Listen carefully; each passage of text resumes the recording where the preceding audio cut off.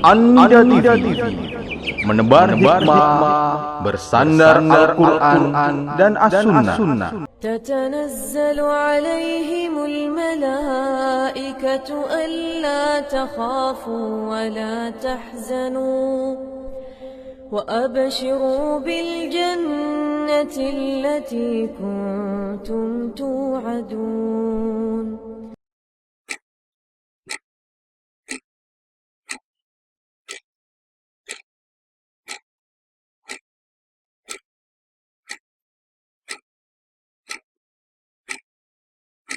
Assalamualaikum warahmatullahi wabarakatuh. Alhamdulillah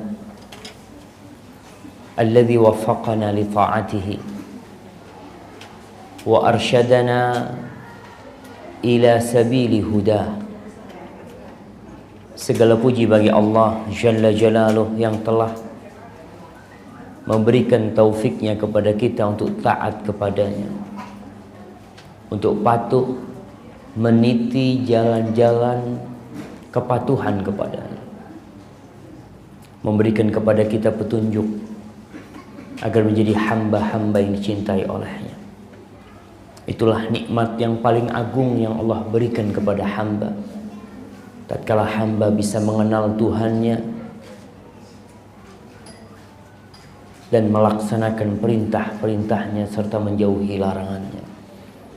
Allahumma salli wa sallim wa zid wa barik wa an'im ala sayyidina wa maulana Muhammadin wa ala alihi wa ashabihi ajma'in. Ya Allah, semoga salawatmu, salam, berkah dan nikmatmu senantiasa kau curahkan untuk hamba kekasihmu, untuk manusia termulia yang pernah ada di muka bumi ini, untuk baginda Nabi kita Muhammad sallallahu alaihi wasallam, dan untuk keluarga beliau, untuk istri-istri beliau, untuk putra-putri beliau, dan untuk seluruh sahabat beliau. Semoga Allah meridhai kita bersama mereka. Amma ba'd. Ahibati fillah, hari ini tanggal berapa? 12 kita? 11. Betul. Ada yang 11, ada yang 12, ada yang 13. Masya Allah. Jumadal Akhirah. Ini pertanda tinggal 78 hari lagi. Nah, tinggal 78 hari, 78 hari lagi kita masuk ke bulan suci Ramadan. Subhanallah jemaah. Hari-hari berjalan begitu cepat. Tak terasa yang kemarin umurnya masih 10 tahun, mungkin tahun ini sudah jadi 11 tahun. Tak terasa, Masya Allah, sing tua-tua ini, Masya Allah, ternyata tambah tua. Tapi tetap kelihatan ada orang yang awet tua. Maksudnya dari dulu kelihatan dia sauno-uno aja, tidak berubah, Masya Allah. Itu nikmat juga dari Allah Jalla Jalaluh. Tapi tadi hari-hari mengingatkan kita kalau kita pun akan meninggalkan dunia ini. Haibati fillah, semua berharap ingin memiliki keluarga. Yang masih jomblo, khususnya yang belum punya pasangan hidup, ingin suatu hari dia bisa memiliki keluarga. Tentunya keluarga yang diinginkan tidak sembarangan keluarga, karena dia melihat ada kawan-kawannya yang gagal dalam membina keluarga. Ada yang gagal dalam membina anak-anaknya. Ada yang tidak sukses dalam membina diri dia sendiri bersama keluarganya. Sehingga Masya Allah, ibu-ibu rame dewi. Ibu-ibu ada pengajian sendiri di sebelah. Soalnya kita nggak ngelihat ini, jadi kita nggak tahu kalau mungkin ada ustadzah di situ. Tapi nggak apa-apa jemaah. Itu salah satu kegagalan dalam rumah tangga mungkin. Baik, kita lanjutkan. Dalam membina keluarga, orang-orang ingin keluarganya itu utuh sampai meninggal dunia. Bahkan ingin melihat anak-anaknya sukses. Karena tentunya ketika orang tua sukses tapi anak-anaknya gagal, ada perasaan tidak nyaman dalam kehidupan orang tuanya. Ada orang tua yang gagal tapi anaknya sukses, tetap orang tuanya gagal. Dia merasa, ya Allah, kenapa aku bisa seperti ini? Kalau kita melihat Allah Jalla Jalaluh memberikan kabar gembira di dalam Al-Quranul Karim, bagi siapa? Bagi orang-orang yang sukses bersama keluarganya kelak pada hari kiamat. Allah berfirman di surat At-Tur ayat 21. Allah mengatakan, walladzina amanu wattaba'athum dzurriyyatuhum biimanin alhaqna bihim dzurriyyatahum wama alatnahum min amalihim min syai' kullu mri'in bima kasaba rahin. Kata Allah, dan orang-orang yang beriman. Tolong dikasih garis bawah. Dan orang-orang yang beriman. Tidak semua orang, tapi orang-orang yang beriman dan diikuti oleh anak keturunan yang beriman. Apa kata Allah? Kami akan gabungkan mereka, kami akan kumpulkan mereka, kami akan dekatkan mereka dengan anak keturunan mereka. Wa ma alatnahum min amalihim min syai', tanpa kita mengurangi pahala orang tuanya. Jadi anak-anak itu akan bisa berkumpul dengan orang tuanya. Walaupun mungkin dalam sisi amalan lebih banyak orang tuanya. Mungkin orang tuanya di surga ini berada di tingkatan surga yang tinggi sekali. Anaknya tidak. Namun karena amalan orang tuanya, anak itu akan bisa dikumpulkan bersama orang tuanya. Ini barokah amal soleh orang tua. Jadi orang tua kalau soleh, tuh insya Allah anaknya akan mendapatkan kesolehan orang tuanya.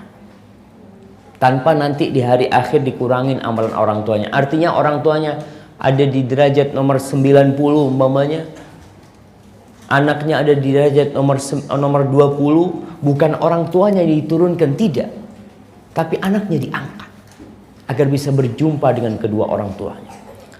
Para ulama mereka mempertanyakan, apakah dikumpulkan di derajat orang tuanya atau anak-anak bisa berkunjung ke orang tuanya sehingga di situ bisa merasakan nikmat yang didapat oleh orang tuanya. Ini berkah bapak untuk anak. Lalu apa berkah anak untuk orang tuanya? Kalau berkah anak untuk orang tuanya, Rasulullah sallallahu alaihi wasallam bersabda, "Innallaha azza wa jalla la yarfa'ud darajata lil 'abdi salih fil jannah." Sesungguhnya Allah benar-benar mengangkat derajat hambanya yang soleh di surga. Fayaqulu ya Rabbi, anna li hadha. Lalu orang itu bertanya, ya Allah, aku kok bisa dapat yang seperti ini? Dari mana aku bisa menghasilkan yang seperti ini? Sedangkan amalannya kayaknya nggak mungkin dapat yang seperti itu. Apa kata Allah? Bistighfari waladika laka. Itu karena istighfar anakmu untukmu. Kalau yang awal tadi barokahnya bapak buat anak, kalau ini barokahnya anak buat orang tua. Anak yang suka istighfar buat orang tuanya, Masya Allah, itu akan mengangkat derajat orang tuanya. Kita tahu hadis yang ma'ruf, idza mata ibnu Adam inqata'a amaluhu illa min salah. Apabila anak Adam mati, maka amalannya terputuskan kecuali 3. Salah satunya apa?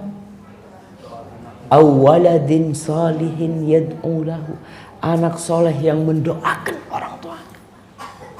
Maka di sini kita yang mungkin belum sempat berbakti kepada orang tua kita, atau kita merasa banyak salah sama orang tua kita, gantikan masa-masa yang hilang itu dengan istighfar buat orang tua kita.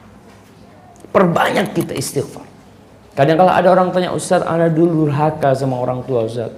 Sekarang gimana Ustaz? Orang tua ana udah meninggal dunia. Nih, banyak-banyak istighfar.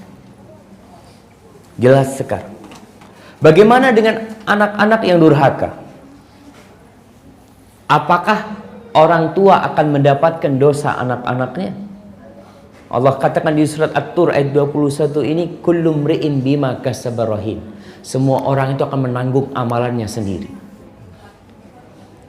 Dalam urusan dosa tenang. Asalkan orang tua sudah mengajarkan yang baik sama anaknya. Tidak dapat dipungkiri, Nabi Nuh alaihissalam, anaknya kafir. Nabi Nuh, bapaknya Nabi. Maka Allah katakan, kullu mri'in bima kasaba rahin. Setiap manusia itu akan menanggung amalannya sendiri, jangan takut. Tapi kalau orang tuanya ternyata tidak mendidik anaknya dengan benar, anak nanti yang akan menuntut kepada orang tuanya. Dia mengatakan karena orang tua memiliki tugas mendidik anak, bukan hanya cari makan. Ini yang sering kita lihat, bapak itu lebih sering cari makan buat keluarga, betul. Tugas bapak di luar, tapi tetap bapak itu punya kewajiban mendidik anak. Jangan ditinggalkan anak tanpa pendidikan. Kalau kita melihat dalam Al-Quranul Karim, Allah cerita wasiat-wasiat yang banyak, wasiat bapak sama anaknya. Nabi Ibrahim ngasih wasiat kepada anaknya Ismail. Kemudian Nabi Yakub memberikan wasiat kepada anak-anaknya. Luqman memberikan wasiat kepada anaknya, bukan ibu. Artinya okelah anak itu di rumah bersama ibunya, tapi tetap orang tua harus duduk bersama, makan bareng. Kemudian dia memberikan wasiat-wasiat kepada anaknya. Ahibati fillah, itu kabar gembira bahwasanya manusia kelak akan berjumpa dengan keluarganya pada hari kiamat. Berjumpa dengan anak-anak, berjumpa dengan istri-istrinya, insya Allah. Catatannya tadi beriman kepada Allah. Allah tapi juga memberikan ancaman kepada orang-orang yang merugi kelak di hari akhir. Di surat Az-Zumar ayat 15 dan surat Asy-Syura ayat 45. Allah mengatakan, Qul innal khas, yang pertama yang di Az-Zumar ayat 15-16, Allah mengatakan qul, katakan Muhammad. Jadi kalau bicara qul, ana sering mencontohkan seperti pengumuman sebenarnya. Sampaikan. Kita kadang-kala kalau bekerja di sebuah perusahaan lalu ada pengumuman, kita akan dengarkan. Ada apa nih pengumumannya nih? Apa ada hubungannya sama anak atau tidak? Terkadang orang-orang yang tidak mengikuti pengumuman-pengumuman tidak tahu kalau ternyata hari Selasa besok liburan umpamanya. Dia masuk ke tempat kerja, dia lihat kok sepi. Lalu datang ke satpam, Mas kok tutup, kata dia. Loh kan ada pengumuman sudah. Sampean kemana? Oh ana nggak dengarkan waktu itu. Orang-orang yang tidak mendengarkan pengumuman-pengumuman dari Allah Jalla Jalla lewat lisan Rasulnya, itu akan merugi. Dia tidak akan tahu kalau ternyata ada sesuatu yang berharga yang seharusnya dia ambil, ternyata dia tidak mendengarkan itu. Allah katakan, Qul, katakan Muhammad, innal khasirin alladzina khasiru anfusahum wa ahlihim yaumal qiyamah. Ala dzalika huwal khusranul mubin. Katakan sesungguhnya orang-orang yang merugi. Siapa sih orang-orang yang merugi?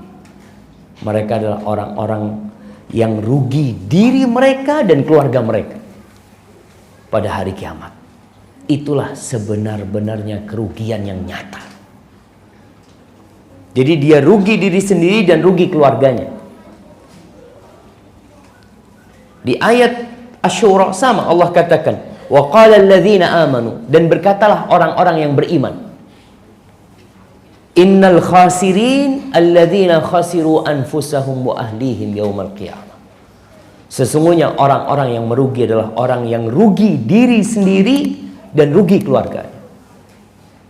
Gimana antum sekarang ketika melihat keluarga, ya sekaranglah di dunia, melihat salah satu anaknya ada di penjara narkoba, yang satu kasus membunuh, na'udzubillah, gimana perasaan orang tua?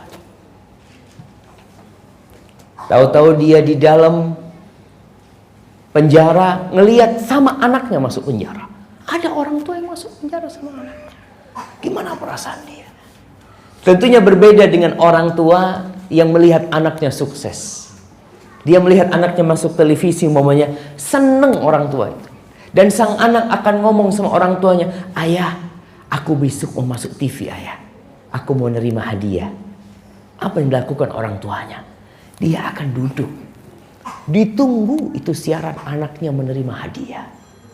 Sebaliknya, ketika dia tahu anaknya masuk penjara, ditangkap polisi macam-macam, mau ditaruh di mana muka dia?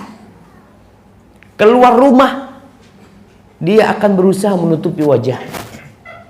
Orang-orang akan mengatakan, iki loh anak sing mateni uangmu ini. Kadangkala satu keluarga pindah dari kampung itu. Pindah dia, nggak tahan dia. Mau ditaruh di mana muka dia? Yang rugi satu anaknya dia. Iya, kau rugi, kau sendiri rugi. Kerugian itu anak, itu kerugian orang tuanya. Dan kesuksesan anak adalah kesuksesan orang tuanya. Maka dituntut orang tua untuk menjaga keluarganya agar dia mendapatkan kesuksesan itu. Para ulama menjelaskan dari ayat ini, Allah menjelaskan orang-orang yang merugi adalah mereka yang rugi diri sendiri dan keluarganya. Bisa disebutkan orang yang sukses adalah orang yang dia sukses dan keluarganya sukses. Orang yang sukses adalah yang dia sukses walaupun keluarganya merugi. Tetap dia bisa dikatakan sukses walaupun tidak sesempurna orang yang pertama. Ya, dia mungkin, ya ana alhamdulillah, cuma gimana Ustaz? Seperti Nabi Nuh alaihissalam, tidak bisa dipungkiri, beliau sedih. Beliau sukses, beliau selamat, beliau bisa naik kapal itu, tapi melihat anaknya tidak selamat, sedih Nabi Nuh alaihissalam. Tidak seperti kesuksesan orang yang pertama. Yang ketiga, orang yang merugi dan keluarganya sukses. Orang itu rugi, keluarganya sukses, namun dia termasuk orang yang merugi karena nggak ada gunanya. Yauma la yanfa'u malu wala banun. Hari tidak berguna harta dan anak-anak. Orang tuanya dalam neraka, kepingin ketemu anaknya, nggak bisa. Dan yang keempat, orang yang dia rugi dan keluarganya rugi semua. Na'udzubillah, inilah rugi yang sebenar-benarnya. Ahibati fillah, Allah Jalla Jalaluh memberikan arahan kepada kita. Bagaimana agar kita tidak hanya sukses di dunia. Karena kebanyakan manusia itu, kata Allah, ya'lamuna zahiran minal hayatid dunya wahum anil akhirati hum ghafilun. Kebanyakan manusia itu dia hanya memahami tentang kehidupan dunia yang zahir ini. Dia bisa bikin gedung 12 lantai, bisa bikin gedung 100 lantai, bisa bikin gedung sampai 1 kilo. Dia bisa tuh. Tapi tentang akhirat dia benar-benar lalai dan tidak tahu apa-apa. Allah jamaah, itu kebanyakan orang. Ada orang yang penghasilannya satu hari bisa dapat duit 1 miliar. Ada yang tiap hari bisa dapat duit 2 miliar. Bisa dia melakukan itu. Tapi untuk akhiratnya sama sekali dia tidak bisa menghasilkan apa-apa.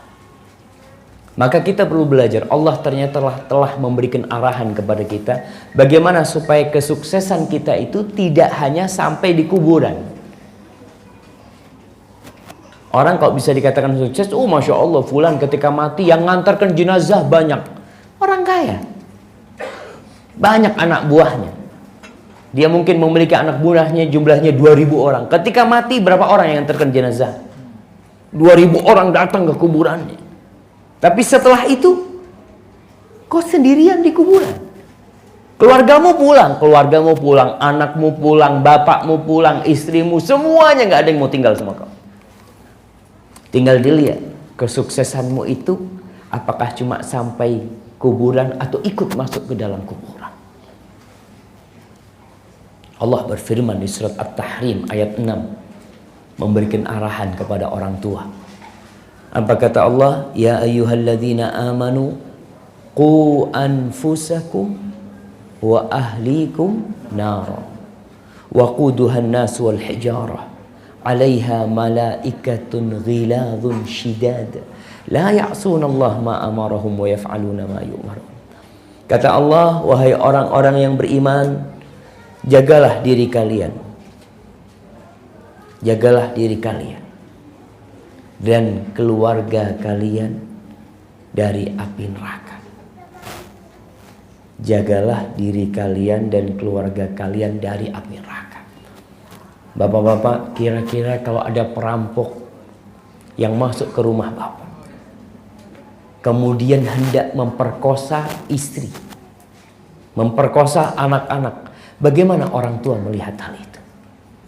Dia akan mempertaruhkan nyawanya demi menyelamatkan mereka. Dia tidak akan rela melihat istri dan anaknya diperkosa. Dan kita tahu diperkosa adalah sebuah kehinaan. Itu mungkin terjadi. Dan orang tua akan berkorban. Yang lebih dahsyat dari itu api neraka, jemaah. Ada sebagian orang tua yang bukan menyelamatkan keluarganya dari api neraka, tapi malah membakar tangan anaknya ke dalam api neraka. Dan ada suami-suami yang mengajak istrinya, na'udzubillah, jemaah. Ada seorang wanita cerita, Ustadz, anak ini Ustadz diajak sama suami narkoba. Di kamar Ustadz, dikunciin kamar, dipaksa. Sampai dia loncat lewat pagar, lewat apa? Lewat jendela. Ada yang seperti itu. Dia tidak menyelamatkan dirinya dan tidak pula anak-anak. Allah katakan, waquduhan nas wal hijarah. Api neraka itu, jemaah. Api neraka itu bahan bakarnya bukan kayu. Sehingga kita tahu kalau kayu suatu saat akan berkurang kayunya itu. Tapi bahan bakarnya itu adalah manusia dan batu. Gimana panas yang akan terjadi ketika itu? Di situ ada malaikat-malaikat yang kuat, yang mereka sangar-sangar. Mereka keras, yang tidak tersenyum. Kita aja kalau punya temen nggak tersenyum, kita awal masuk ke toko anggap satpamnya nggak tersenyum, nggak enak ya. Melbu sudah enak. Iya. Gimana kalau selama-lamanya di sini? Na'udzubillah. Bagaimana menyelamatkan diri sendiri? Ya dengan amalan kita. Dan bagaimana menyelamatkan keluarga kita? Dengan memberikan wasiat kepada mereka, menjaga mereka. Rasulullah Shallallahu Alaihi Wasallam memerintahkan banyak perintah tentang menyelamatkan keluarga dari api neraka. Tadi kita supaya tidak hanya sukses di dunia. Kalau sukses di dunia, mungkin anak dapat kerjaan yang mapan. Kadangkala orang tua itu duduk. Ana pernah duduk sama paman-paman. Dia cerita, dulu Fulan itu Masya Allah kaya raya. Dan sekarang anak-anaknya nggak ada yang kaya. Pandangannya kalau ini sebuah kesuksesan, kekayaan itu. Anaknya sekarang nggak ada. Dan itu masih terjadi kita. Tinggal Fulan bagus lah. Duitnya lumayan dia. Ya mobilnya lumayan, kerjaannya lumayan enak. Yang lainnya, sudah susah semua hidupnya. Dia berpandangan seperti itu.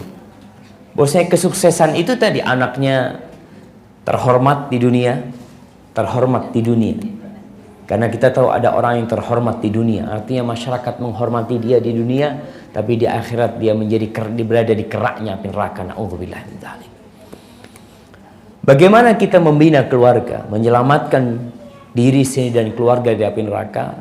Tentunya ini perjalanan panjang, tidak seperti membalik tangan kita. Karena sering terjadi ibu-ibu mengatakan, Ustadz gimana Ustadz ya, anak-anak susah sholat Ustadz. Nih, ibu-ibu kadang-kadang mengatakan anak-anak susah sholat Ustadz, anak-anak nggak nurut, anak-anak dia katakan mungkin tidak pakai jilbab Ustadz. Yang perlu ditanyakan, ibu dulu gimana? Dapat suami di mana? Iya Ustadz, dapat suami di mall. Nemu suaminya di mall. Pertemuan ya wallahu alam, kita tahu pasar itu tempat yang paling dibenci oleh Allah Subhanahu wa taala. Yang ada seorang bapak dapat istri di mana, Pak? Dulu anak sering ke kafe, Ustaz. Dia itu dulu pelayan kafe. Sehingga kalau anak-anaknya kemudian tidak sholat, bapak harus bertanya, kok bisa nggak sholat anaknya? Mungkin kau salah milih pasangan hidup. Begitu pula seorang istri. Jadi untuk mendapatkan keluarga ini dimulai dari memilih pasangan hidup. Dan tentunya dengan memperbaiki diri. Karena al-khabithat lil khabithi. Wanita-wanita yang buruk itu untuk lelaki-lelaki yang buruk. Dan sebaliknya wanita-wanita yang baik untuk lelaki-lelaki yang baik. Begitu pula lelaki-lelaki yang buruk untuk wanita-wanita yang buruk. Dan lelaki-lelaki yang baik untuk wanita yang baik. Artinya kita ketika mau nikah ini ada beberapa yang masih jomblo. Ada mungkin ukhti-ukhti yang juga belum menikah. Bagaimana supaya mendapatkan pasangan yang baik? Ketika nanti datang waktunya, dia dekatkan diri sama Allah sekarang. Perbaiki dirinya supaya kualitas pasangannya seperti kualitas dia paling enggak. Tidak terlalu jauh lah. Orangnya baik. Terkadang ada seorang lelaki-lelaki na'udzubillah yang dia mendapatkan istrinya tidak gadis lagi. Enggak perawan. Marah dia. Tanyakan, apa kau memang perjaka? Sehingga engkau menuntut wanita itu untuk gadis. Bisa jadi wanita itu sudah bertobat. Sebagaimana engkau sudah bertobat. Tapi kau juga dulunya bukan orang benar gitu loh. Kau harus sadar, bismillah. Mungkin ada dosa-dosa yang sehingga Allah memberikan kepadamu pasangan seperti itu. Dan orang yang telah bertobat jemaah bisa jadi lebih baik daripada orang yang belum berbuat dosa itu. Ingat dengan wanita dari kalangan sahabat yang berzina, yang kemudian dirajam sampai mati. Apa kata Rasul SAW? Laqad tabat taubatan law wuzzi'at ala sab'ina min ahli al-Madinah lawasi'at. Wanita itu kata Nabi SAW telah bertobat yang kalau pahala tobatnya dibagikan ke 70 penduduk Madinah cukup untuk mengampuni dosa mereka. Bayangkan. Pezina dia. Ketika bertobat jadi lebih baik dari mereka yang mungkin belum melakukan dosa zina. Na'udzubillah, semoga Allah menjaga kita dari dosa zina itu. Artinya tadi, kita ketika ingin memiliki keluarga yang baik, perbaiki diri kita. Ya ibadah kita, sehingga Allah memberikan rezeki kepada kita istri yang solehah. Yang kedua, makan yang halal. Orang tua nih, udah menikah atau belum menikah, anak-anak juga, cari makanan yang halal. Kenapa? Kata Nabi alaihi salatu wassalam, kullu lahmin nabata min suhtin fannar aula bihi. Semua daging yang tumbuh dari harta yang haram, neraka menjadi tempat dia. Gimana kita mau bawa keluarga masuk surga? Kalau ternyata kita memang kasih makan dia makanan yang mengantarkan mereka ke neraka. Nggak ketemu lah. Di samping kita tahu bahwasanya Allah memerintahkan, ya ayuhan nas kulu min thayyibati ma razaqnakum. Wahai manusia, makanlah dari yang baik-baik dari apa yang kami rezekikan kepada kalian, kata Allah Subhanahu wa taala. Karena makanan yang halal itu akan mempengaruhi doa-doa kita. Antum kalau ya Allah, ana doa ana kok nggak dikabulin ya. Mungkin ada yang haram yang kau makan. Maka di sini orang tua harus mulai berpikir. Kita melihat kerjaan kita nih halal apa enggak. Istri juga seperti itu. Tanya kepada suaminya, "Bang, kerjaan abang nih halal enggak, Bang?" Dia tanyakan hal itu. Ada istri yang tidak tahu dengan pekerjaan suaminya. Memang tidak harus dia tahu. Tapi paling tidak adalah musyawarah suami istri ini demi untuk membina keluarga. Untuk bersama masuk surga kelaknya. Supaya suksesnya anak itu juga sukses ke yang halal. Karena terus terang biasanya yang haram akan mengantarkan ke haram. Ada seorang berwasiat, kalau orang makan haram, susah mau diajak kepada kebaikan. Mau diajak ke masjid itu susah. Karena memang unsur yang ada di tubuhnya itu memang untuk neraka. Sedangkan masjid ini salah satu jalan menuju surga. Hayya 'alas shalah, hayya 'alal falah. Hayya 'alal falah, diajak ke sana. Maka dia susah, tapi diajak kemaksiatan cepat tuh jalan tuh. Cepat dia jalan. Maka hati-hati. Kita kalau lebih suka kepada kemaksiatan mungkin gara-gara makanan. Kemudian yang ketiga, banyak berdoa. Berdoa untuk punya anak yang soleh dan berdoa ketika sudah punya anak. Artinya orang tua tidak putus berdoa. Nabi Ibrahim kepingin punya anak, doa. Apa doanya Nabi Ibrahim? Mana kasih hadiah? Yang mau jawab? Sini nih, bapak-bapak.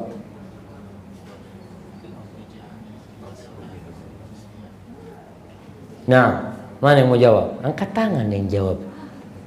Nah, fadhal. Rabbi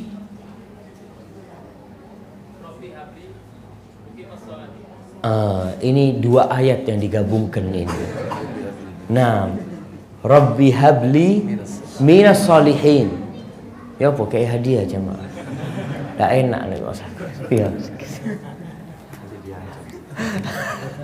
Rabbi habli minas salihin. Itu kepingin punya anak Nabi Ibrahim. Setelah itu, setelah punya anak, apa doa Nabi Ibrahim? Rabbi ja'alni muqimas shalah wa min dzurriyyati rabbana wa taqabbal du'a. Terus doanya nggak berhenti. Jadi setelah punya anak, sebelum punya anak antum terus minta punya anak yang soleh, tidak sembarangan anak. Artinya kita ini umat Islam itu berpikir kualitas, tidak berpikir kuantitas saja. Ya, kita juga berpikir kuantitas. Rasulullah SAW ingin umatnya banyak, tapi beliau juga berpikir bagaimana umat yang banyak itu berkualitas. Kalau anaknya banyak tidak berkualitas, apa gunanya? Akhirnya anak-anak akan menjadi beban buat orang tuanya. Maka Nabi Ibrahim meminta minas solihin, anak keturunan yang soleh, ya Allah, yang soleh. Dan Allah kasih kepada Nabi Ibrahim. Dan tidak boleh putus asa berdoa. Nabi Ibrahim berapa tahun berdoa minta anaknya? Sampai rambutnya putih semua. Belum dikasih anak, istrinya sudah tua. Dan beliau tidak berhenti berdoa. Makanya yang rambutnya putih-putih gini masih bisa punya anak lagi. Nah, jadi ibu-ibu yang sudah umur 60 tahun bisa punya anak nggak? Bisa. Kita doakan mudah-mudahan cepat punya anak. Takut gimana kalau punya anak ya? Tapi Allah bisa jemaah. Allah mau kasih. Nggak ada yang mustahil buat Allah Subhanahu Wa Taala. Allah kalau mau kasih anak berarti Allah perbaiki dia. Allah akan memberikan anak kepada Sarah, istri Nabi Ibrahim. Allah akan memberikan anak kepada istrinya Nabi Zakaria. Apa mereka langsung dikasih dalam posisi seperti itu? Enggak, Allah katakan wa aslahna lahu zaujah. Kita perbaiki istrinya. Sehingga istrinya bisa mengandung anak. Siapa yang memperbaiki? Allah. Kadang-kala ibu-ibu ribut perawatan ini itu macam-macam. Kalau Allah nggak perbaikin nggak bisa. Allah yang memperbaiki. Jadi mintanya sama Allah, usaha tetap ada. Jadi berdoa.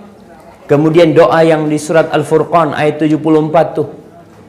Rabbana hablana min azwajina wa dzurriyyatina qurrata a'yun waj'alna lil muttaqina imama. Subhanallah. Tuh doanya, ya Allah, anugerahkan kepada kami dari pasangan-pasangan hidup kami dan anak keturunan kami qurrata a'yun, yang menyejukkan pandangan.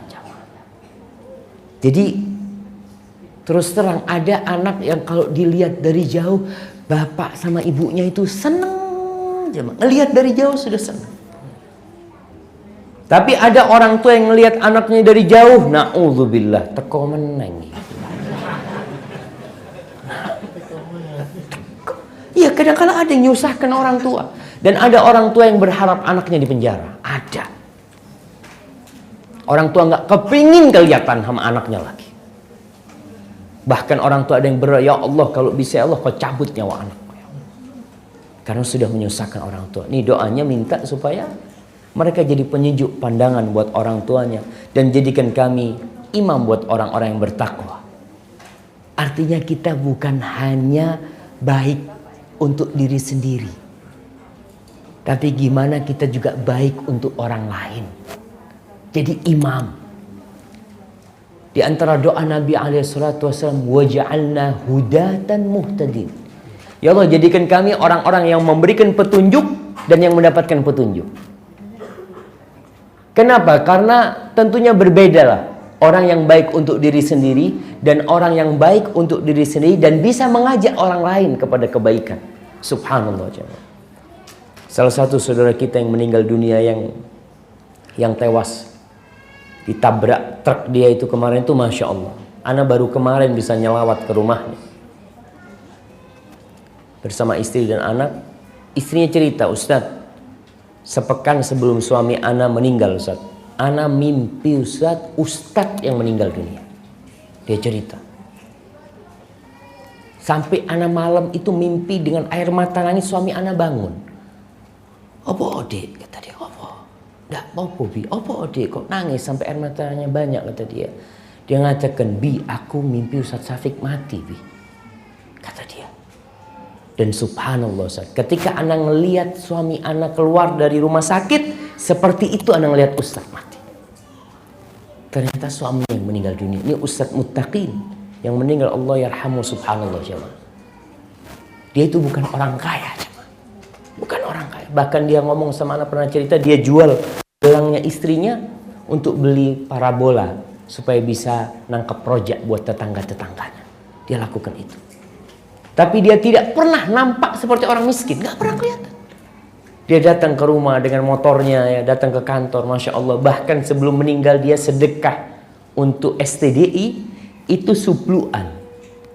2, satu untuk kampus putri, satu untuk kampus putra. Sebelum meninggal dunia, dia ngomong, Ustaz, Ana dulu pernah punya, Ana mau sedekahkan buat STDI. Fadhal Ustaz. Ternyata temannya datang ke rumah setelah meninggal, Ustaz Muttaqin itu hari Sabtu kalau nggak salah, datang ke rumah mau pinjem duit, Ustaz, buat beli beras. Tapi ternyata sudah banyak orang yang dapat hidayah lewat dia aja. Sering dia bawa orang baru ke rumah. Orang baru kenal, ya, awalnya yang badannya tatuan satu badan. Dapat hidayah lewat dia. Di sini seorang berharap agar dia tidak hanya baik di diri sendiri, tapi mengajak orang lain untuk baik. Sehingga dia akan dapat pahala orang-orang yang mengenal kebaikan lewat diri dia. Yang ketiga, mengenal Allah. Yang keempat, mengenal Allah dan takut kepadanya. Dalam artian, bagaimana orang tua akan mengajak anak-anaknya baik kalau dia sendiri belum baik. Dia nggak kenal sama sholat. Gimana dia akan ngajak anaknya sholat? Maka di sini dituntut orang tua untuk belajar. Allah mengatakan innama yakhsyallaha min ibadihi al-ulama. Yang takut sama Allah di antara hamba-hambanya ini siapa sih? Yang paling kaya? Yang paling cantik? Yang paling ganteng? Atau siapa? Yang paling berilmu. Ulama. Orang-orang yang punya ilmu itu yang takut sama Allah Subhanahu wa ta'ala. Makanya seringkali Allah mengenalkan dirinya kepada kita, tapi kita nggak mau kenal sama Allah. Huwallahu alladzi la ilaha illahu. Tuh Allah mengenalkan dirinya sama kita. Qulillahumma malikal mulk. Banyak tuh ayat-ayat. Seringkali ayat-ayat itu ditutup dengan nama-nama Allah. Alimun Hakim, Sami'un Alim. Ditutup itu nama-nama Allah supaya kita kenal tuh. Rabbmu itu kayak apa sih? Walillahil asma'ul husna fad'uhu biha. Allah itu memiliki nama-nama yang indah, kau berdoa dengan nama-nama yang indah itu. Dan kita tahu tentang asma'ul husna. Itu salah satu cara untuk mengenal Allah adalah menghafal asma'ul husna. Coba kita bertanya jemaah, yang udah ngaji nih, yang udah ngaji berapa tahun, tanya, hafal nggak asma'ullahul husna? Rasulullah sallallahu alaihi wasallam mengatakan inna lillahi tis'atan wa tis'ina asman mi'atan illa wahidah man ahsaha dakhalal jannah. Sesungguhnya Allah memiliki 99 nama, 100 kurang 1. Barang siapa yang menghitungnya maka dia akan masuk surga. Sudah enggak kita nih? Jangan-jangan kita sering ngaji tapi ternyata Asma'ullahul Husna belum rampung mengkajinya. Padahal itu pintu untuk mengenal Rabb kita. Pintu supaya kita semakin takut sama Allah. Menghitung Asma'ul Husna ini ada 4 tingkatan. Ini dalam rangka mengenal. Yang pertama menghafalnya. Menghafal nama-nama yang 99 itu.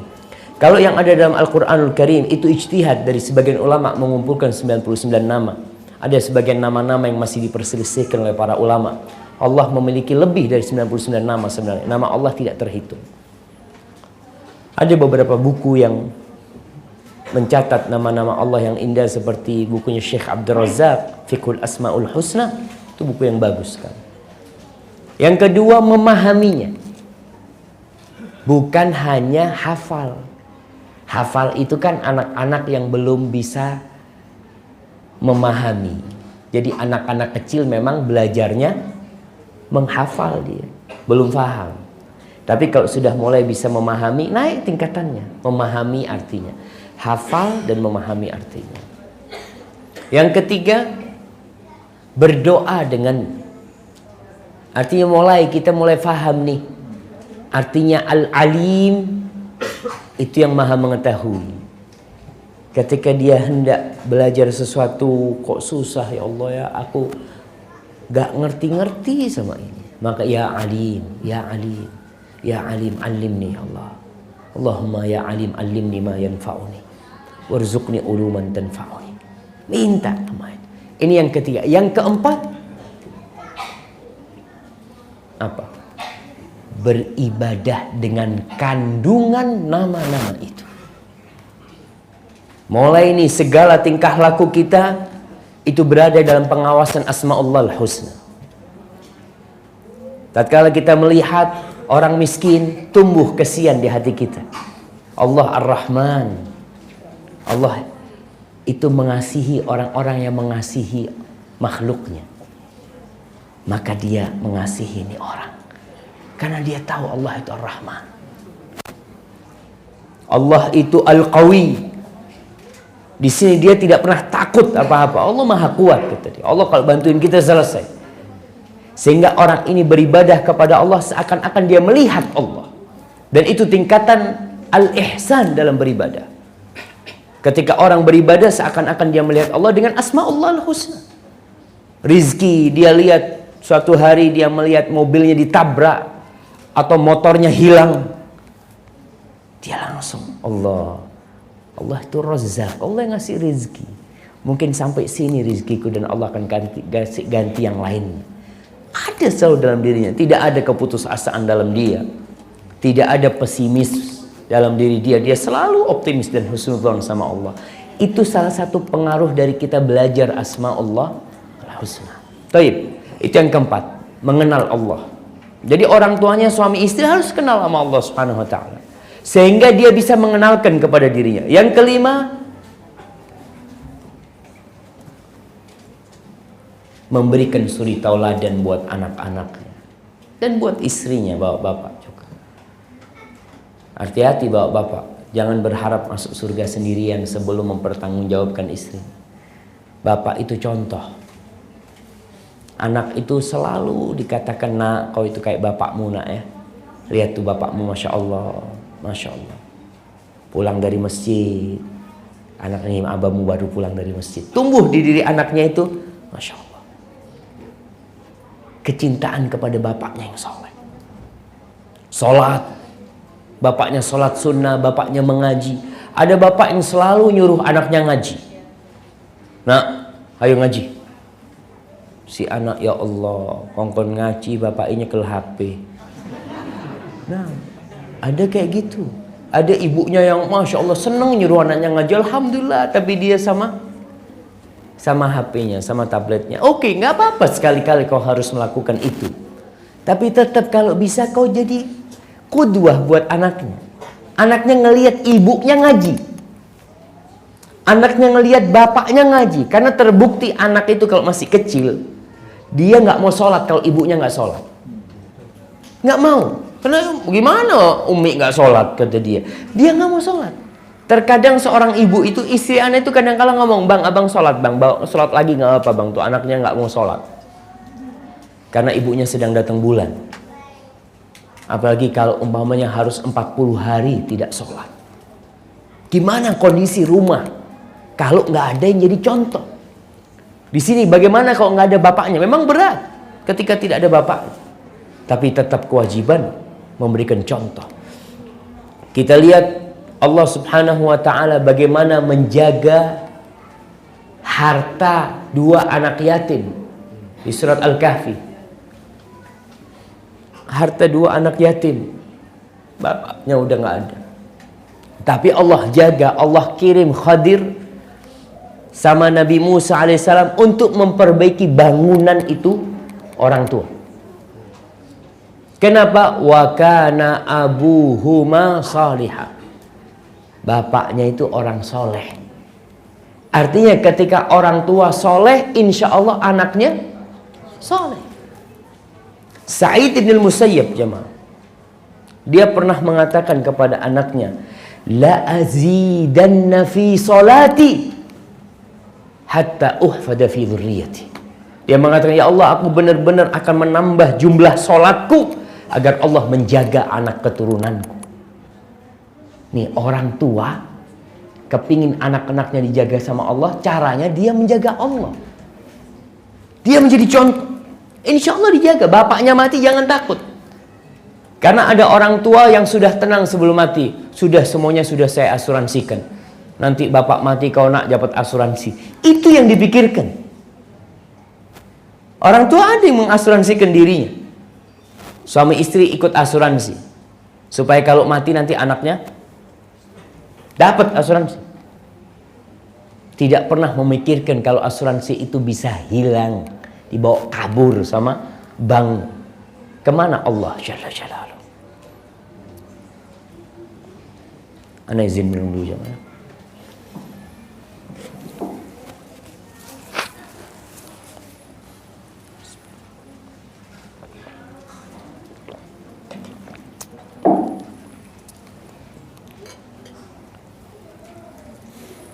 Kemudian orang tua kalau bawa teman ke rumah, bawa teman yang baik. Anaknya itu butuh contoh yang baik. Terus terang, kenapa anak-anak kecil banyak ngerokok? Kenapa kita lihat anak SD banyak ngerokok? Karena bapaknya. Terus terang, Anda dapat cerita dari paman. Kita masih kecil-kecil waktu itu. Kata paman, pernah suatu hari kita lagi duduk nih, kakak beradik nih, ngelihat mobil kakak paling tua itu berasap, keluar asapnya. Dipanggil ini kakak, Dil, mobilmu kobongan. Kata dia, mana? Langsung lari. Dilihat ternyata ada 2 anak kecil sedang ngerokok di bawahnya mobil. Kecil, masih SD kelas 1, kelas 2. Kenapa? Karena dia lihat orang tuanya ngerokok. Kok enak koyo dia ngelihat ngebul. Anak itu mau nggak mau dia ketika ngelihat putung rokok, dia kepingin nyoba. Gara-gara orang tuanya. Maka hati-hati. Kita menjadi memberikan petunjuk yang baik. Baik, yang ke-6. Masya Allah, ono pembagian apa ya? Apa yang ke-6 jemaah? Yang ke-6 memberikan nasihat. Duduk sama anak. Nggak harus cari waktu yang resmi ngasih nasihat anaknya. Nggak.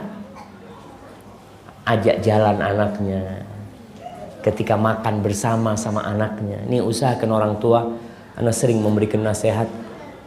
Rasul sallallahu alaihi wasallam tuh makan bareng sama Ummu Salamah, sama anaknya Ummu Salamah. Artinya bukan anak Nabi, anaknya istrinya. Itu makan satu nampan. Sehingga ketika Umar namanya, Umar bin Abi Salamah, makan nggak bener ya, nggak baca Bismillah atau apa, diajarin sama Rasul SAW.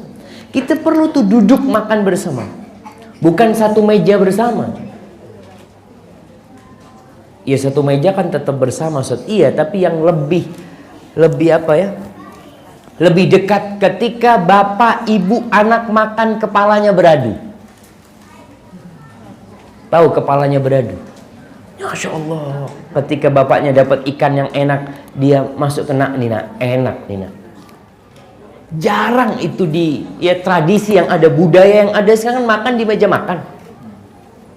Susah untuk kita ambil sesuatu lalu kita berikan kepada anak kita. Anak akan merasakan perhatian bapaknya. Walaupun anaknya udah besar mungkin. Dikasih, nah ini enak ini nih, kau makan nih. Kita berusaha makan bersama, nanti anak rebutan ya. Kalau ada sum-sum mungkin ya, kita keluarin, bagiin sedikit-sedikit anaknya. Ajarin mereka berbagi. Di mana? Di meja makan. Ini memberikan nasihat tadi tidak harus dalam suasana resmi. Jangan, kita cari waktu-waktu yang memang bisa duduk sama anak. Lagi naik mobil bersama anak, satu mobil, cerita sama anaknya. Rasul SAW ketika memberikan nasihat kepada Abdullah bin Abbas, itu dalam perjalanan. Memberikan wasiat kepada Mu'ad bin Jabal, Mu'ad dibonceng sama beliau SAW. Artinya wasiat-wasiat itu tidak harus suasana yang resmi. Bahkan beliau pernah memberikan wasiat kepada putri dan menantunya, kepada Fatimah dan Ali bin Abi Thalib, di atas tempat tidurnya.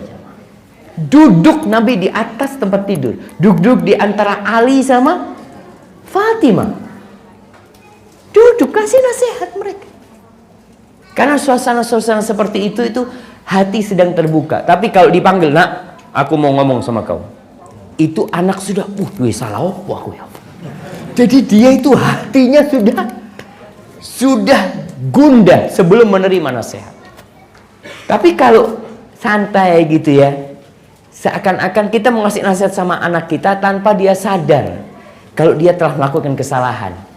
Sehingga paling tidak dia, oh iya ini nasihat yang dimaksud Abah ini kayaknya tadi aku punya salah.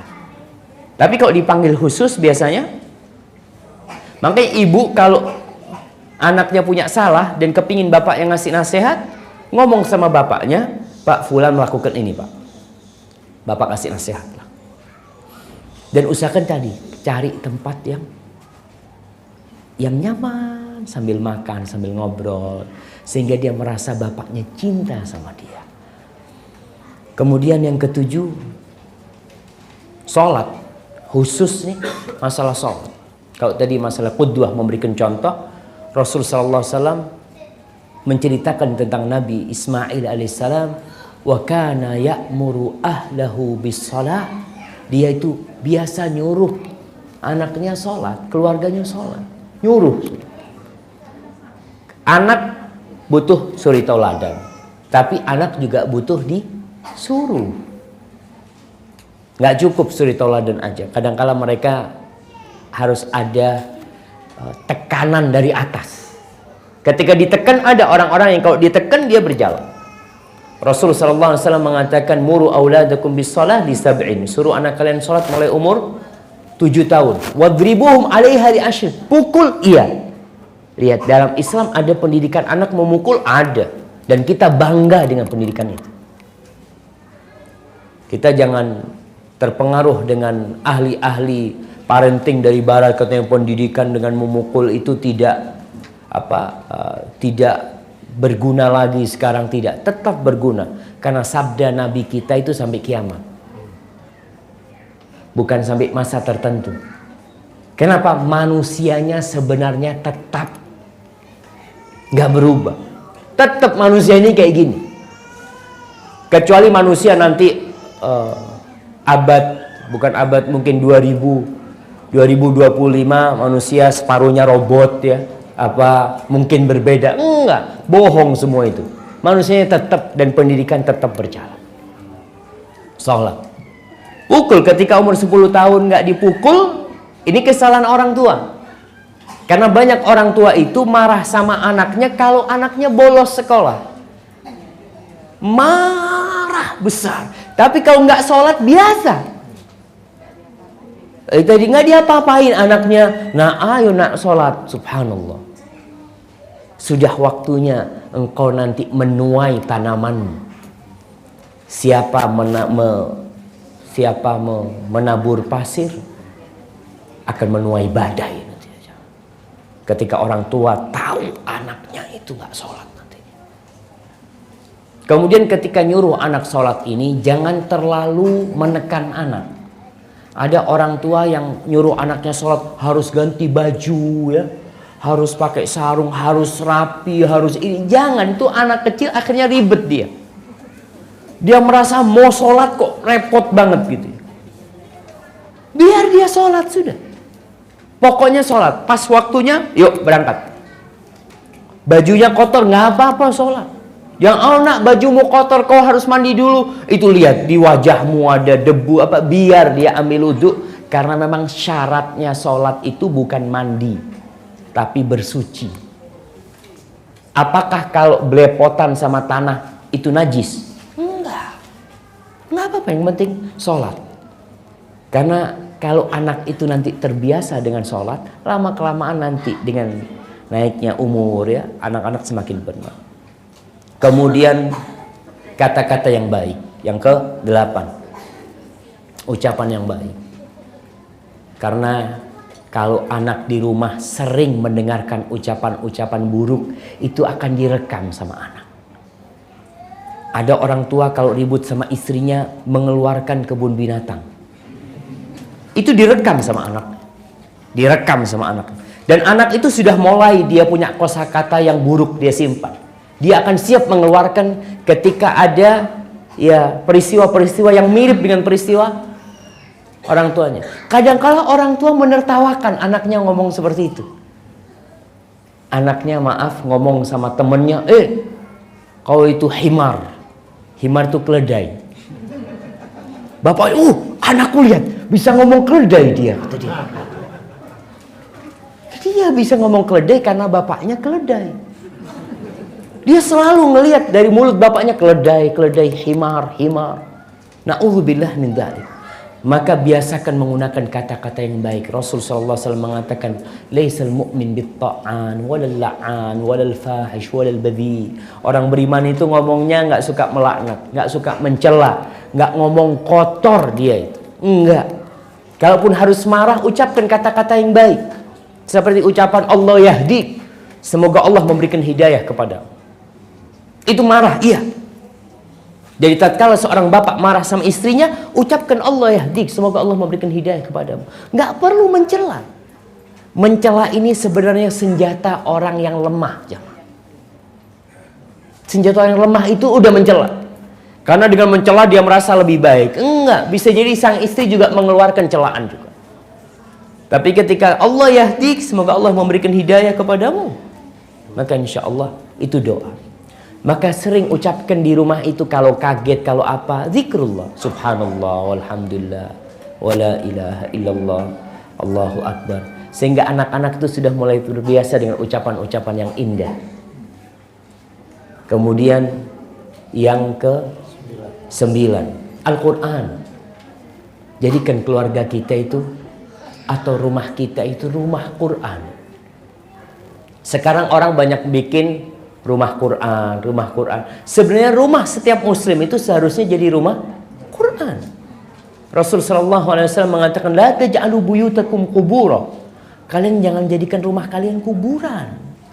Jadikan rumah kalian itu tempat yang penuh dengan cahaya. Dengan apa? Dengan sholat dan baca Quran. Maka tadi orang tua, oke, anaknya ngaji. Kan ada anak yang ngaji di luar, di madrasah. Pulang ngaji lagi sama bapaknya. Usahakan ada waktu tertentu bapak nyimak bacaan anaknya, ibu nyimak bacaan anaknya. Khususnya mungkin hari Jumat, dianjurkan baca surat Al-Kahfi umpamanya, baca. Atau baca surat yang lainnya. Semua, kadangkala kita setelah ngaji nggak pernah baca surat Yasin. Ada, Ustadz anak nggak baca Yasin lagi. Kenapa nggak baca Yasin? Yasin itu salah satu surat dalam Al-Quranul Karim dan surat yang mulia. Baca tuh Yasin.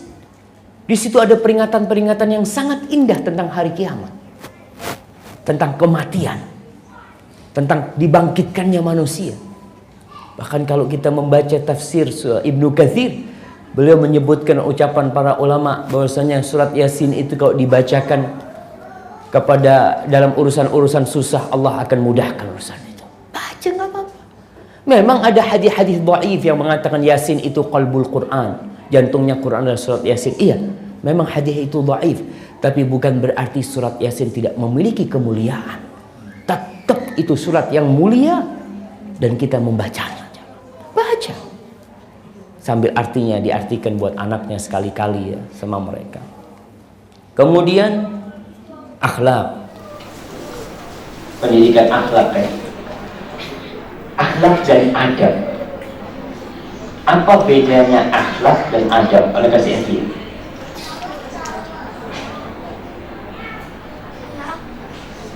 Nah, fadhil di belakang. Beri. Kalau akhlak itu merupakan perbuatan, kalau adab itu melakukan suatu apa namanya? Kalau akhlak itu perbuatan. Ya, Kalau adab itu seperti contoh orang yang terdahulu dilakukan sampai generasi-generasi berikutnya. Adab suatu perbuatan, akhlak contoh perbuatan.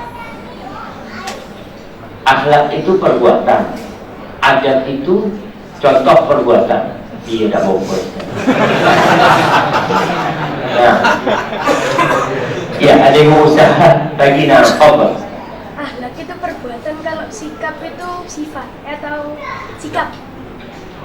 Adab iya, akhlak itu perbuatan, kalau adab itu sikap.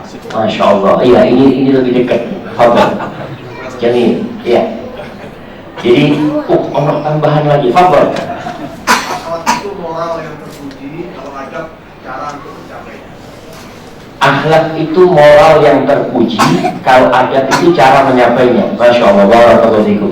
Alhamdulillah banyak kita dapat pencerahan di masalah akhlak dan adab. Iya, akhlak itu bisa baik dan buruk. Kalau adab selalu terpuji. Akhlak itu ada akhlak baik, ada akhlakul karimah, ada akhlak dhaminah atau madmumah. Seperti itu. Kalau adab selalu baik.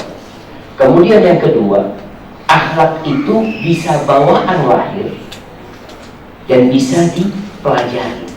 Adapun adab biasanya dipelajari. Adab makan, adab tidur, adab bertamu, itu biasanya ada. Sedangkan akhlak ini bisa bawaan, karakter. Tadi kita lihat ada orang lahir Masya Allah sudah dermawan. Ada kita lihat anak-anak kecil itu sudah suka berbagi dari kecil. Tapi ada anak kecil dari kecil pelit. Iki koyok bapak, kelihatan. Itu bawaan. Padahal dia belum belajar ya. Artinya dia itu belum ada yang ngajarin. Tapi udah bawaan lahir. Itu berkaitan dengan akhlak, dan ada beberapa perbedaan antara akhlak dan adab. Baik, berkaitan dengan akhlak tadi, bapak berusaha untuk menanamkan akhlak yang mulia. Anaknya diajarin berbagi. Kita masih ingat biasanya orang tua kita kalau kita hari Jumat itu dikasih duit. Masuk nodek kota amal di masjid. Ini termasuk pendidikan buat anak. Anak kita kasih duit. Kemudian ketika kita punya rezeki berbagi sama tetangga, jangan nyuruh pembantu yang bagi. Suruh anaknya. Anaknya suruh. Supaya tumbuh cinta berbagi dia itu. Senang dia berbagi. Sehingga kalau bisa bikin anak-anak tuh rebutan berbagi. Sehingga dia, aku yang mau bagi, ini berarti sudah berhasil. Ketika seperti itu. Kemudian didik anaknya jangan pelit sama mainannya. Ada orang tua, kalau sohib anaknya datang disembunyikan mainannya. Singet no opo ilangku. Nah, kau berarti mengajarkan kepada anakmu akhlak yang nggak baik. Ketika datang sohibnya katakan, nah keluarkan mainanmu nak, keluarkan, sehingga anak ini mulai terdidik. Oh, berarti aku harus keluarkan main. Ada orang yang sepedanya disembunyikan. Kalau sudah banyak sohibnya, sepeda anaknya disembunyikan. Anaknya suruh pakai sepedanya tetangganya. Jadi kalau suruh pinjam anaknya, tapi pakai punya diri sendiri, sohibnya pakai punya dia, nggak boleh. Ini nggak benar nih orang tua. Maka tanamkan kebaikan, keberanian. Anak-anak itu ya diajarin. Jangan suka menakut-nakutin anak. Kunduru. Suara apa itu? Anak takut. Jangan. Orang yang penakut bisa jadi pemberani kalau kumpul pemberani. Orang pemberani kalau kumpul penakut lama-lama jadi penakut dia. Ada ibu-ibu diceritain hantu sama sahibnya. Oh, ini tahu di rumahku ini, kata dia, kalau malam itu hordennya nutup sendiri. Itu ibu-ibu pulang ke rumah, masuk rumah ngelihat horden takut ya. Ya Allah, ya apa kok le obat dewi. Jangan berikan seperti itu. Makanya jauhkan dari anak-anak tontonan-tontonan yang membuat mereka takut. Tumbuhkan keberanian kepada diri. Karena puncak akhlak yang baik itu diantaranya adalah asy-syaja'ah, keberanian. Yang kedua al-karam, berbagi. Yang ketiga adalah as-sabr, sabar, tidak gampang marah. Kemudian yang keempat adalah al-adl, keadilan. Orang tua jangan sampai berbuat dolim sama anak. Rasul sallallahu alaihi wasallam pernah ada seorang sahabat, Nu'man ibn Bashir, abahnya Nu'man, Bashir. Itu datang ke Nabi Rasul, kepada Nabi alaihi salatu. Ya Rasulullah, aku nih mau ngasih Nu'man ini pembantu, budak. Aku mau kasih sama dia. Tapi ibunya nggak ridho. Kecuali engkau menjadi saksi atas penghibaan ini. Apa kata Rasul SAW? Akulla waladika nahalta? Apakah semua anakmu kau kasih sama dia? Bashir mengatakan, enggak ya Rasul SAW. Nih, qala ashhid alaihi ghairi fa inni la ashhadu ala zur. Kau cari saksi lain. Aku tidak mau jadi saksi atas sebuah kezaliman. Enggak. Nabi mengatakan, atuhibbu an yakunu fil birri sawa? Apakah kau mau mereka semua itu dalam berbakti kepadamu sama? Ya tentulah Rasul SAW. Aku kepingin ketika mereka berbakti sama. Maka Rasul SAW mengatakan, fala idzan. Kalau gitu jangan. Ini orang tua harus bukan hanya dengan lisannya memberikan akhlak, tapi dengan prakteknya. Jangan sampai pilih kasih. Ketika dia mencium satu anaknya, yang lainnya melihat, cium yang lainnya. Kalau enggak, anak-anak mulai nih ngelihat nih, oh bapakku suka sama fulan. Jangan sampai terjadi seperti yang terjadi dengan Nabi Yusuf alaihissalam. Ketika kakak beradik Nabi Yusuf pada melihat, ini abah kita nih zalim nih, maka dia kepingin menghilangkan Nabi Yusuf. Supaya apa? Supaya dapat mengembalikan kasih sayang orang tuanya yang dulu mereka dapatkan. Yakni kehadiran Nabi Yusuf alaihissalam membuat kasih sayang orang tuanya kepada kakak-kakaknya hilang. Maka bagaimana mendapatkan kasih sayang itu kembali? Maka dibuang nih anak nih, dihilangkan. Jangan. Maka orang tua harus berusaha adil, menumbuhkan tadi akhlak, adab yang mulia nih. Kadangkala adab ini tadi nggak didapat di buku, tapi di masyarakat. Anak ingat sampai sekarang, paman anak-anak pernah salaman sama paman itu, namanya anak kecil, mau main anak kecil itu. Dia salaman, pokok salaman terus pergi. Itu paman mengatakan, Syafiq sini, kalau salaman itu dipegang tangan aminya, dicium kata dia, kemudian lihat aminya, dilihat. Subhanallah. Ada orang salaman nggak dilihat yang disalamani. Jadi salaman, subhanallah, salaman dilihat, merasa dia itu ada jemaah. Jadi salaman itu bukan sekedar simbol aja, bukan. Salaman memang. Makanya salaman itu membuat cinta sebenarnya dan menggugurkan dosa-dosa. Kemudian di antara adab, kadangkala ada anak kalau jalan itu sandalnya diseret, seret, sehingga kelihatan anak yang suka menyeret sandalnya itu sepatu atau sandalnya belakangnya mesti lebih tipis. Ada orang tua yang membiarkan seperti itu anaknya. Oh Ustaz, kan bukan dosa kan? Iya bukan dosa, tapi itu salah satu tanda kemalasan dia. Malas berarti dia ngangkat sikilai. Kayak gitu. Maka perlu adab makan, adab berpakaian ya. Adab ketemu tamu macam-macam. Baik. Kemudian yang ke-11, silaturahim.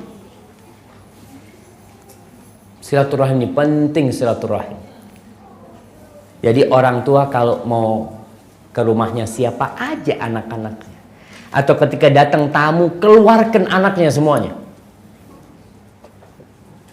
Datang pamannya, fulan, yuk sini, salaman sama Ami. Ini fulan, kenalkan dia. Kemudian sama anak-anak, ini sepupumu 2 kali. Ini bapak sama fulan, ini sepupu. Berarti anaknya itu sepupu 2 kali. Ajak dia kenal silaturahim. Orang tahu kalau suka silaturahim, insya Allah anaknya silaturahim. Tapi kalau orang tua sibuk cari dunia dan tidak pernah silaturahim, itu bahaya.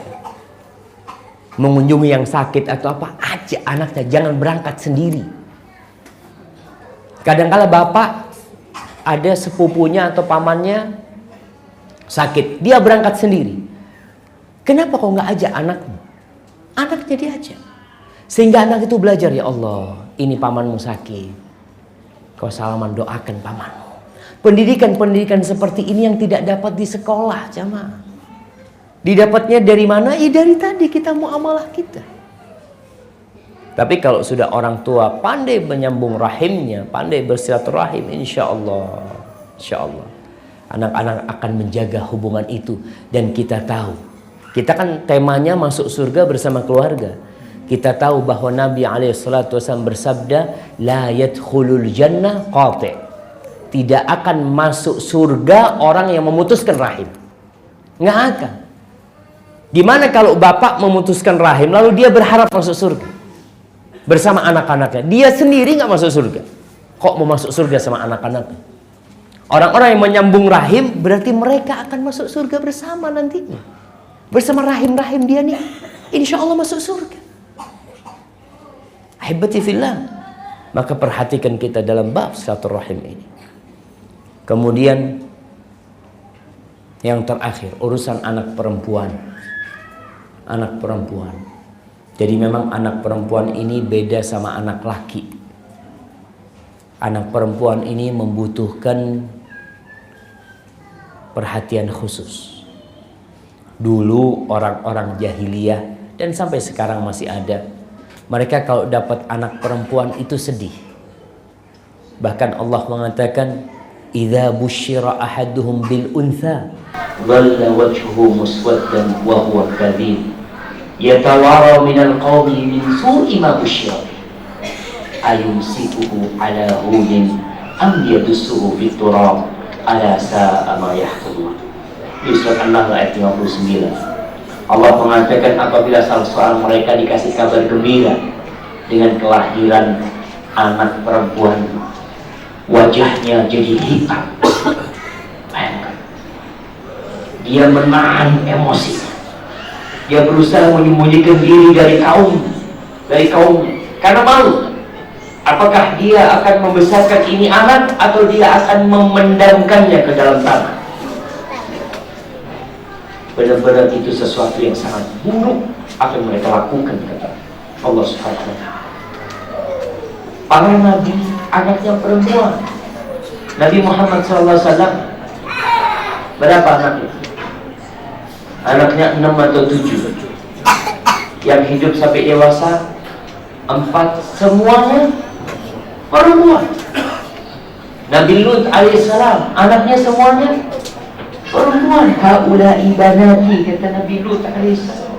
Maka dikatakan para nabi itu bapaknya anak-anak perempuan. Kenapa kau harus bersedih kalau dapat anak perempuan? Berbahagia dan berharap surga Allah Subhanahu wa ta'ala. Rasul sallallahu alaihi wasallam bersabda, "Man kana lahu 3 banat."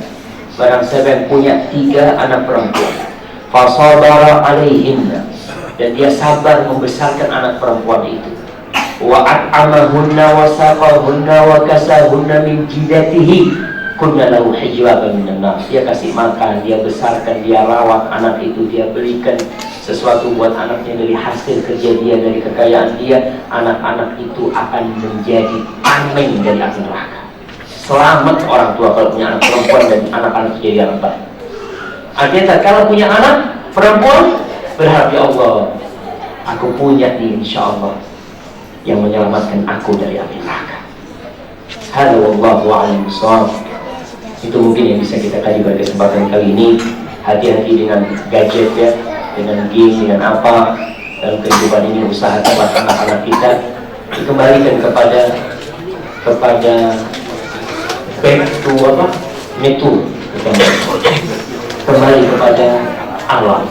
Kembali, kita makan sekarang kembali kepada alam, kesehatan kembali kepada alam, anak-anak pun perlu kembali kepada alam. Sudah, HP itu kalau bisa anak jangan dikasih HP. Kalau boleh HP bapak ibunya, sehingga kalau bapaknya datang baru bisa melihat HP. Tapi kalau dia punya HP, masya Allah, anak rasakan di rumah pernah ada tablet buat anak-anak. Itu kalau sudah satu pegang, ribut sama yang lain. Akhirnya orang tua berpikir apa? Tuh Ustaz, kalau itu kita berikan satu-satu. Sehingga masuk rumah, bapak ibu tenang. Kenapa? Karena anaknya semua sedang ruku. Sallallahu alaihi wasallam wa ala alihi wa sahbihi wasallam.